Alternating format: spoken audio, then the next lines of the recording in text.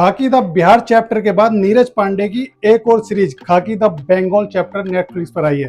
कैसी है सीरीज, क्या है स्टोरी, क्या खाकी द बिहार चैप्टर से अच्छी है या बेकार, क्या है खास, और भी काफी बातें सभी बात करेंगे इसी वीडियो में। आप पूरा देखिए। जैसा कि सीरीज के नाम से ही पता चलता है कि बंगाली बेस्ड सीरीज है, तो सीरीज को वॉच करने से पहले जब मैंने इसकी पूरी कास्ट देखी तो पता चला इसमें मोस्टली 90% बंगाली एक्टर्स हैं।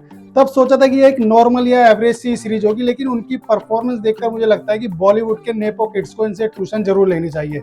मैं तारीफ करूंगा खास तौर से बंगाली एक्टर्स जीत और प्रसन्नजीत चटर्जी की, जिनकी एक्टिंग इस सीरीज में एक अलग ही लेवल की है। कान पकड़ मुर्गा बन चल।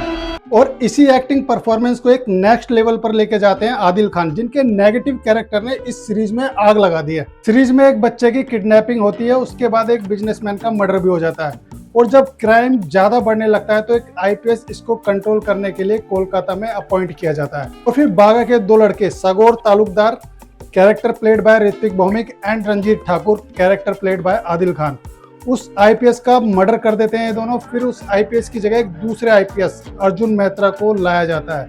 Arjun Mehtra character played bye जीत। और यहीं से सीरीज की स्टोरी एक जबरदस्त एक्शन मूड में आ जाती है, जो आपको लास्ट तक एंगेज रखती है। आप चाहेंगे कि सीरीज के सारे एपिसोड देखकर ही रहूं। मैं तो आपको यही सजेस्ट करूंगा कि जब आपके पास फ्री टाइम हो तभी आप इस सीरीज को देखें, क्योंकि एक बार इसको देखना स्टार्ट करेंगे तो बीच में उठना मुश्किल हो जाएगा। जिन लोगों ने खाकी द बिहार चैप्टर वॉच की है उनको इस सीरीज में और भी ज्यादा मजा आने वाला है। ऑल्दो सीरीज की थीम वही पुरानी है जो हम पहले भी काफी बार देख चुके हैं, पॉलिटिक्स, क्राइम एंड पुलिस का मिक्सचर। इस सीरीज में भी वही है, लेकिन इसको देखने से आपको बोरियत फील बिल्कुल भी नहीं होगी, क्योंकि इस सीरीज में ऐसे ट्विस्ट और टर्न्स आते हैं जो आपको लास्ट के एपिसोड तक एंगेज रखते हैं। आप कुछ और सोचेंगे, आपको कुछ और मिलेगा। सभी ट्विस्ट एंड टर्न्स आपकी सोच से बिल्कुल अलग होंगे, सिवाय क्लाइमैक्स के सीन के। क्लाइमैक्स के सीन में आप अंदाजा लगा लेंगे कि आगे क्या होगा, वह भी क्लाइमैक्स से थोड़ा पहले ही अंदाजा लगा पाएंगे। बाकी किसी भी ट्विस्ट और टर्न्स का अंदाजा लगाना बहुत ही मुश्किल है। सीरीज में पूरे 7 एपिसोड हैं और सातों के साथ एंगेजिंग है।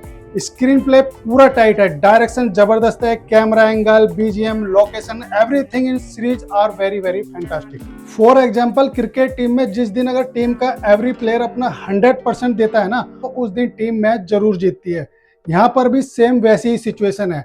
सीरीज के सभी डिपार्टमेंट ने अपना 100% दिया है, अपना कुछ न कुछ योगदान जरूर दिया है, चाहे वह डायरेक्शन हो, स्क्रीन प्ले हो, कैमरा हो, म्यूजिक हो, साउंड हो, एडिटिंग हो, कास्टिंग डायरेक्टर हो, एक्टर्स हो, कोई भी हो, सभी ने अपना 100% दिया है। शायद इसी वजह से ही पूरी सीरीज एक्सीलेंट बनी है।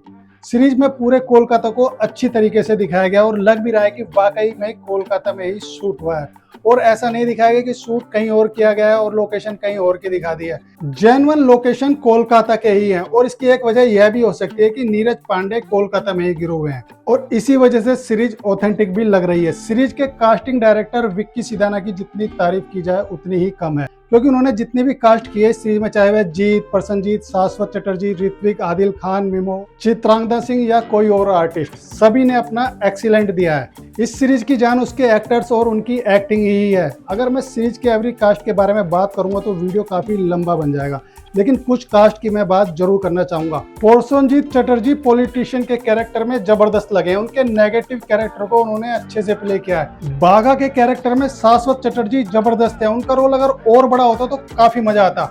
चित्रांगदा सिंह को जितना भी मौका सीरीज में मिला है उसमें उन्होंने अच्छा काम किया है, ठीक ठाक किया है, और वह काफी खूबसूरत भी लगी हैं। लेकिन यहाँ पर बंगाली एक्टर जीत इन सभी से काफी आगे निकल गए हैं। उनकी स्क्रीन पर मौजूदगी और उनके एक्शन सीन इतने दमदार हैं कि वे हर फ्रेम में छा जाते हैं। हमने सिंघम और दबंग मूवी में धांसू पुलिस को देखा है, और जीत ने उसी पुलिसिंग को एक अलग लेवल पर सेट किया है। उनको अगर ओटीटी का सिंघम कहें तो ज्यादा अच्छा रहेगा। उनकी एक्टिंग एक मैच्योरिटी दिखाती है जो उनके कैरेक्टर के लिए जरूरी भी थी।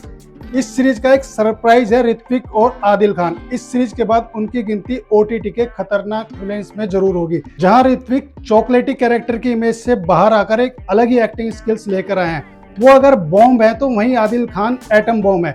ऐसा लगता है इस सीरीज में पता नहीं आदिल खान कब फट जाएं। शॉर्ट में यह समझ लीजिए, सीरीज के सभी कैरेक्टर को पूरा स्क्रीन टाइम मिला और सभी ने उसका पूरा फायदा उठाया और अच्छा काम किया है।